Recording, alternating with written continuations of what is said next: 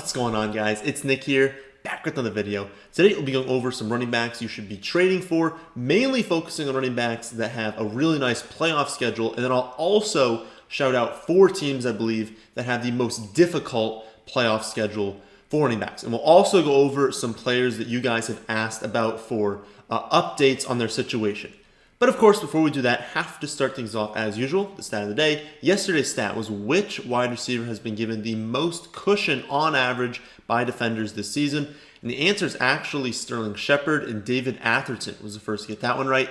Today's stat, which quarterback with at least 150 pass attempts currently has the highest percent of aggressive throws? And that would just be throws where the defender is within a yard of the receiver when either it's incomplete or completed. So, the first running back we'll go over today, who has just the dream playoff schedule and is a running back that has probably the highest, if not, I guess, top 3 highest weekly ceiling, and that's Derrick Henry. The Titans play the Jaguars, Lions, and Packers in the fantasy playoffs, and all 3 of those teams rank inside the top 6 in fantasy points allowed to running backs. And his week 15 and 16 matchups are the 2 best possible matchups. It's also fairly likely that those games are still going to matter for the division, and if they don't matter for the division, they're at the very least going to matter a lot for playoff seeding. There's no way that in weeks 15 and 16, the Titans are just fully secure in exactly where they are in the seeding. Those games are going to matter, and so they're going to be playing as hard as they can. And we know that when games matter, they're giving Henry virtually all of the running back carries, I guess all the running back targets. He still doesn't get that many, but he's still a player where we do not need the targets from Henry. I know he's got the lower weekly floor, but that's more of a problem when these matchups are difficult. He's got 3 of just the best possible matchups in the fantasy playoffs. These are not weeks where he's going to go out there and dud. So I would not be shocked if he had, 200 yards and multiple scores in one of these 2 weeks. Just look at what Dalvin Cook did in these exact 2 matchups over the last 2 weeks. He had 226 yards and 4 touchdowns 2 weeks ago. And then this last week, 252 yards and another 2 touchdowns against the Lions. And given that, like I said, Henry gets all these touches, if these teams are giving up the most running back production to the entire backfield, oh my goodness, the weekly ceiling that Derrick Henry has in these games. Plus, you got to think, he's coming off his worst game of the season. He only had, I believe it was 22 carries, but for 68 scoreless yards, didn't have even a target. And so, even though it's only like a dip in his value, at least he's not coming off 150 and 2 scores, right? When a player is coming off that sort of production, pretty hard to trade for him. But he is coming off a game where he only had 6.8 in every single format, and so he's obviously not going to be cheap, but this is at least a dip, so you might be able to get him as long as you're sending a fair offer. Don't think, oh, well, Nick said I can trade for him for a couple bench players. No, you still got to send a lot. But this is a player that if you can get him, you can do a 2-for-1, 3-for-1 trade. He can be the single reason you win the championship. Remember 2 years ago, I think it was 2 years ago, when Todd Gurley had like 50 fantasy points in the championship? When you've got production like that, or just think really about Dalvin Cook these last 2 weeks. When you've got that on your team, the rest of your team can kind of just tank. I mean, if you had Dalvin Cook these last 2 weeks and you lost, your team did not do well. I mean, if you had him on your roster, you won. And so getting a player that's capable of that is very, very important. Another player that's got a similar setup, I don't think his ceiling will be as high as Derrick Henry's, but it's going to be very, very close, and that's Aaron Jones. The Packers face the Lions, the Panthers, and the Titans in the fantasy playoffs. All 3 of those teams have allowed at least average to above average fantasy production. So we have the most with the Lions. The Panthers allowed the 5th most running back fantasy points, and then the Titans have allowed just on average like the 15th most. And so those first 2 games, Lions and Panthers, are exceptional. Aaron Jones is going to be really good in those games. And then even if we look at this Titans matchup, we also need to consider game environment. So something for DFS. I know a lot of you don't play DFS, but when you're thinking about games in DFS, it's not necessarily that you're targeting just whoever's playing the worst teams, right? You also need to consider what is going to happen in games. Are these games going to be blowouts? Are these games going to be between two teams who don't have exceptional defenses, but the offenses also aren't that great, and so it's still only going to be like a 45, 50-point total? Or are we getting two teams that both have average to below average defenses, but who also have offenses capable of exploding? That's what we're going to see in this Titans and Packers matchup. If I had to guess right now, I would say we're going to go into that week thinking Packers probably like 3-point home favorites with a total of around 55, 56, and no one should be surprised if the actual total in the game approaches into the mid-60s or 70s. This is a game that could absolutely explode, and so you want players in this game. That's why I've said the trade for Derrick Henry on one side and Aaron Jones on the other. This is championship weekend, and that might be the single best game of the week. And so if you can have players in that game, that's going to be very, very beneficial, especially players who have the weekly ceiling that Henry and Aaron Jones do. And another thing with Aaron Jones is, just like Derrick Henry, he's not coming at the peak of his value. He missed a little bit of time, and then he comes back. He has 20 touches, but it was only for 79 scoreless yards. And again, it is not going to be easy to trade for these guys, but you absolutely can get it done. The most effective deals are 2-for-1s when you're upgrading a player. And so let's say you have a low-end running back one that you want to upgrade into Derrick Henry or Aaron Jones. You package that running back one with either maybe another running back if you're really deep at running back, or maybe a really solid wide receivers. We're not talking about some bench scrub. You're not giving up a low-end running back one and like the worst player on your bench. You're going to need to do something like, I don't know, James Conner and Antonio Gibson, or Todd Gurley and like a Tyler Boyd player. I don't know, like a Josh Jacobs and Woods, or Thielen or Robbie Anderson, like players like that, to where both the people you're giving up are obviously not as valuable as Derrick Henry or Aaron Jones. But they're still valuable. They're still both players that can be weekly starters. You're not giving up 2 bench players for one of the 5 most valuable players in all of fantasy. So don't think that you're going to create this like super roster where you're like, oh look, I really have 2 running back ones. Let's get 3 running back ones. No, you're going to have to turn one of those running back ones into Derrick Henry or Aaron Jones, but it's still smart to do so, especially given their playoff schedules. If you cannot do this, you're like, Nick, listen, I think my league is willing to trade, but I don't have the pieces to get Aaron Jones or Derrick Henry because either your team isn't like incredible or you just need all those players. You want to use more of your bench to try and get another starter. How about Leonard Fournette? He doesn't have like the dream playoff schedule or anything, but it's not bad. He faces the Vikings, the Falcons, and the Lions in week 14, 15, and 16, and they rank 13th, 23rd, and 1st in fantasy points allowed to running backs. But it's a similar situation with Aaron Jones as far as game environment. Even though the Vikings and the Falcons aren't incredible matchups, remember we talk about the Falcons a lot every week because people think that they're just this dreadful defense, but they're actually pretty solid at defending running back production. But the game environment, we are pretty sure the Bucs are going to be favored against both the Falcons and the Vikings, and we should be pretty confident in thinking that those games are going to have high totals. Will they be at like 55?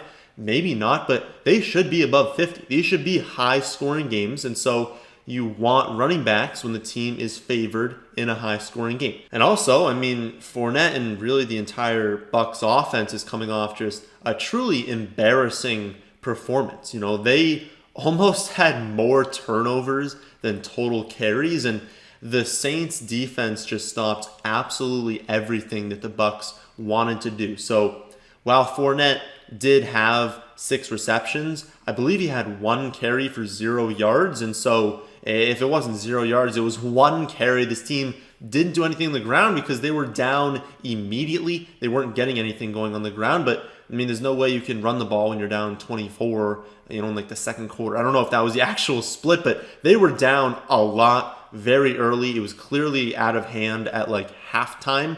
And so you can't really run the ball at that point. But the Saints have a really good defense, and this was the first game we had Godwin, Brown, and Evans all together, and you just got to know this is going to be an elite offense, right? Brady had one of the worst games we've ever seen from him, but with these skill players, you add in Gronk, you added Ronald Jones and Fournette, this is going to be an elite offense in the second half of the season, and there are going to be plenty of games where they're scoring over 30. And that's really good news for Fournette, especially since, he is the running back that at the end of the game, they're going to count on to run the clock out. Jones has fumbling issues. They do not trust Ronald Jones late in the game. And so if they're up 34-21 in the second half and in the fourth quarter and they need someone to run the clock out, it is more likely to be Leonard Fournette than it is Ronald Jones. So that's just another positive. And again, we don't fully know. I've talked about this, I think, probably once a week for the past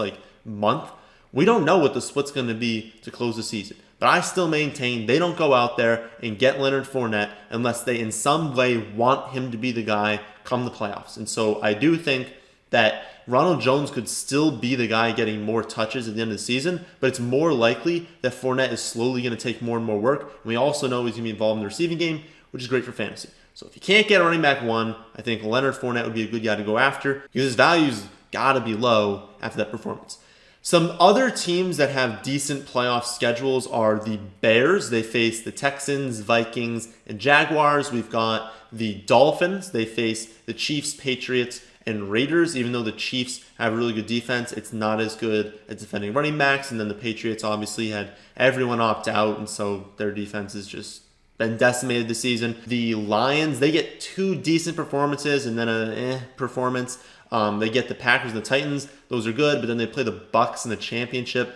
That's not great, but at least you have two good matchups. And then finally, the Rams will get the Patriots, Jets, and Seahawks. Although, as we've talked about, again, kind of similar to the Falcons, Seattle is a pass funnel. So Seattle has a bad defense, but it's really, really bad against the pass. It's actually pretty solid at defending the run. So still stick with the guys I've mentioned to start. No one else other than the Packers and the Titans really has just three incredible matchups in the championship. And because they're paired with two incredible running backs, it's really, really good players to go after. On the flip side, who has really difficult matchups in the fantasy playoffs? The Vikings. So Dalvin Cook is going to face the Bucks, the Bears, and the Saints. That's brutal. It's actually, I believe, the most difficult schedule. I don't exactly remember what the ranking is in terms of strength of schedule, but you got to think. Bucks, Bears, Saints has to be probably the worst. The Falcons, they're going to face the Giants, the Eagles, and the 49ers. That might sound like, oh, they're facing the Giants and the Eagles. Well, I mean, the Eagles are a pass funnel, and the Giants have a better defense than most people think. Kansas City, they're facing the Dolphins, the Saints, and the Falcons. We have Dallas facing the Bengals, the 49ers, and the Eagles.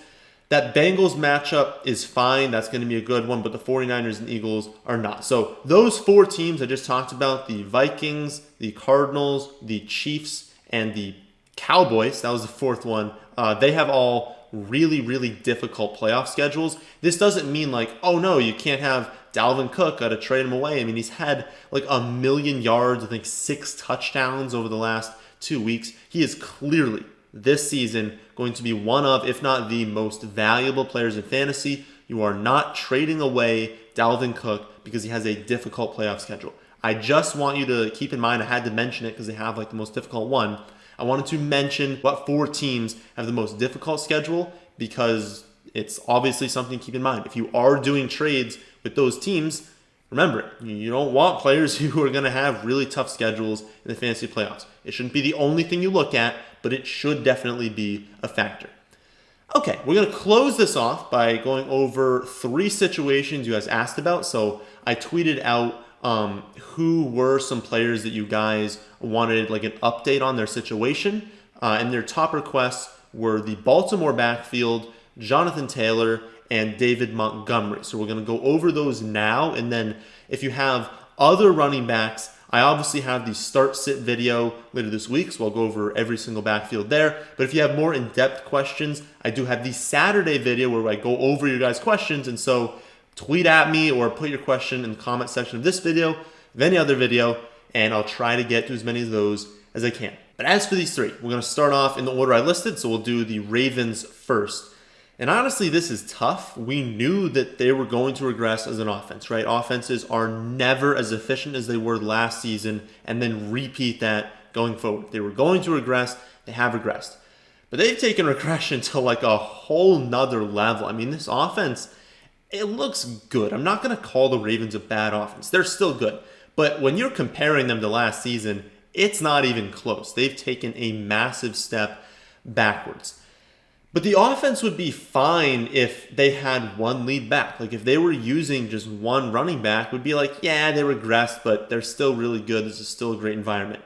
But they refuse to feature Dobbins. And with Ingram out these last 2 weeks, we see Dobbins and Edwards have a split of 27 to 27 in carries, and the targets were split 4 to 3. They are in a perfectly even split right now, which is surprising because not only is Dobbins the much better prospect, and they have a lot more invested in him than they do with Gus Edwards, he's also been better. He's been the better running back. So I don't fully understand why they're doing this. Why you have one running back who has a better future ahead of him, you have more invested in him, and he's been better, but you're still going to split the touches between the two. It doesn't make any sense to me. But this isn't a situation where they've just spent an early pick on Dobbins and he's been bad. You know, he's been good when they've given him a chance. Just for some reason, they refuse to unleash him. And that's a problem. It really is, because Ingram is going to come back at some point, and they're probably going to go back to an even split among all three running backs instead of just two. So right now they're splitting it 50-50. They're going to go back to having everyone between 30 and 40% of the snaps, which is brutal. You can't start any of them while they're all healthy. And given that it also seems like Lamar just is not going to throw to his running backs at any point, and that this offense just isn't going to look as good as it did last season, we're in a situation where you cannot use any of these three running backs outside of a deeper format. And you're just not winning a championship in a 10 or a 12 team league, even if Ingram kind of stays out. If they continue this split, you are not winning a championship in a 10 or a 12 team league if you are starting Gus Edwards or Dobbins. Dobbins is going to need an injury now to Gus Edwards to truly break out this season. I still think in Dynasty, you're looking good. I mean, he looks good. Obviously, we know Lamar is going to help running backs for many years to come. In Dynasty, you're holding this guy and you're very comfortable with your pick. But in season long, we only have a number of weeks left and a number of weeks until the playoffs. It's not looking great. And so unless one of these guys takes like 70% of the workload, I'm just not comfortable starting really any of them while it's down even to 2. I mean, I guess you can use one in the flex, but it's like, what are you doing? I mean, you're not trading him away. I do think that you can drop Gus Edwards and Ingram in 10-team leagues. I think Ingram is probably droppable in 12-team leagues. I think you probably own all of them in a 14-team league. You're not trading him away, and so if you're in a 12 or 14-team league, I think you just keep him on the bench. You as a Dobbins owner, because I don't think many of you have Ingram or Gus Edwards. If you own Dobbins, I mean, you're crossing your fingers that one of these weeks he comes out and he gets 70% of the work. Don't count on it. So moving forward, I think we got to keep him mostly on the bench. Next up, we have our weekly Jonathan Taylor segment. How fun. So last week, it looked like to start the game that Jonathan Taylor was going to have a big game, even in a brutal matchup. He touched the ball on each of the first 3 plays in the opening drive, then 5 times over the first 2 drives before scoring the first touchdown of the game. And then he starts the next drive with a 9-yard carry.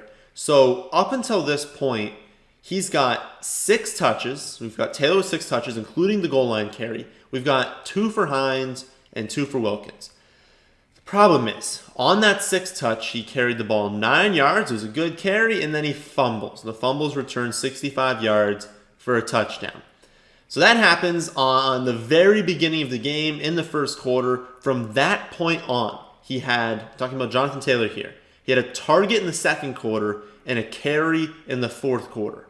That's it. He got benched after the fumble, and they refused to bring him back. Meanwhile, we see Wilkins get 9 carries for 34 yards, 2 receptions for -1 yards. And then Hines wasn't really used at all. He had, I think, 4 touches all game, and I think 2 of them came in just garbage time late in the fourth quarter. And so they weren't even using Hines. This wasn't a situation where it's like, oh, we're down a ton, got to bring Hines in and give him a bunch of targets. Nah, they didn't use Hines. They didn't use Jonathan Taylor. They kind of leaned on Wilkins, which is odd because he did not look good at all. But regardless, Jonathan Taylor was benched for that fumble, and then the offense completely fell apart. I mean, they scored 3 points on the 9 drives after the fumble, after they just refused to use Jonathan Taylor again, which honestly, they looked pathetic, and it's very concerning that they were just willing to say, oh, you fumbled, even though we can't get anything going on offense. We clearly need a spark, but I don't care. We're not going to use you. That was very frustrating and very strange. I mean, they opened the game strong. They looked like they had a chance to win this game, and then they just benched Jonathan Taylor. They used Wilkins, who had nothing to offer. He had no explosiveness. He wasn't doing anything on the ground, anything in the receiving game. They couldn't move the ball. And if they look at all of that and they say, no, we're going to keep benching Jonathan Taylor. Didn't make a whole lot of sense. Clearly didn't work out for them. But for fantasy, what are we doing? You know, I had him as a running back 18 coming into that week. I will probably drop him into the low 20s, but you can't drop him that much. I mean, there's not that many good running backs that we can rely on each week. But he's still someone that needs to be rostered because of the talent and the potential if they do finally decide to use him.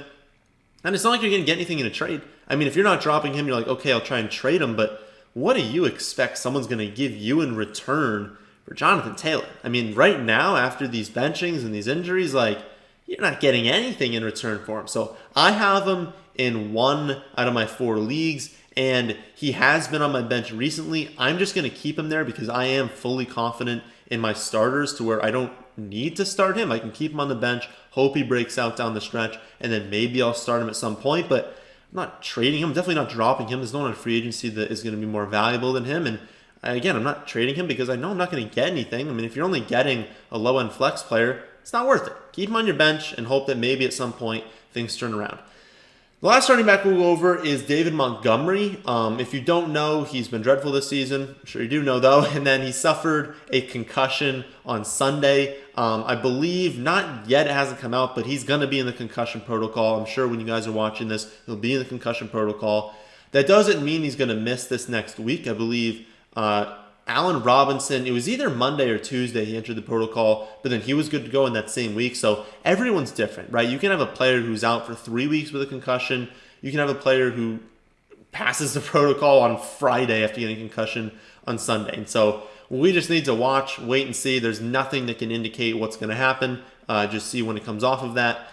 But if we look at it, he's got the game in week 10, maybe, then a bye in week 11. And so that's frustrating as an owner because we see he could not be cleared. And also, I think they had the game on Monday. And so he's got a game Monday night. You could be sitting there on Sunday. He hasn't passed yet. Maybe we don't know his status in the Monday. That could be frustrating, but I guess at least he has an extra day to potentially pass and not have a concussion anymore. But the more frustrating thing with David Montgomery is not this concussion, right? Like, you were frustrated before that. This dude has the 7th most carries, the 5th most receptions among running backs. So if we went into the season and you drafted him, I don't remember where he was going. What was it, like the 4th or 5th round or 6th round, somewhere around in that range.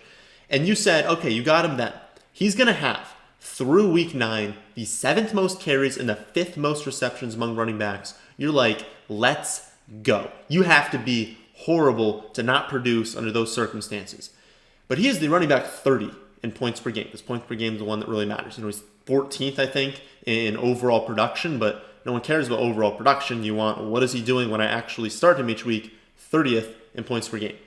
Now, this is not 100% his fault, right? When your team ranks 30th in touchdowns per game, well, it's kind of hard to score a touchdown when your team can never even make it close to the end zone. And he has been put in position to fail more than a lot of other running backs have.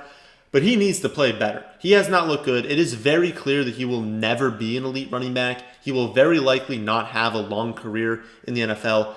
But for this season, I think it's kind of similar to Jonathan Taylor. I mean, what are you actually expecting to get in return for David Montgomery in the trade market? He's been pretty bad, and now he has a concussion. You're not going to get anything. So you're not trading away David Montgomery based off of this volume. You're not going to get anything in return. Now, I have him in 1 out of 4 leagues. Unfortunately, that's the one league where I'm not allowed to trade, so I guess I can't even tell you what I'm doing in that league because I have to do nothing.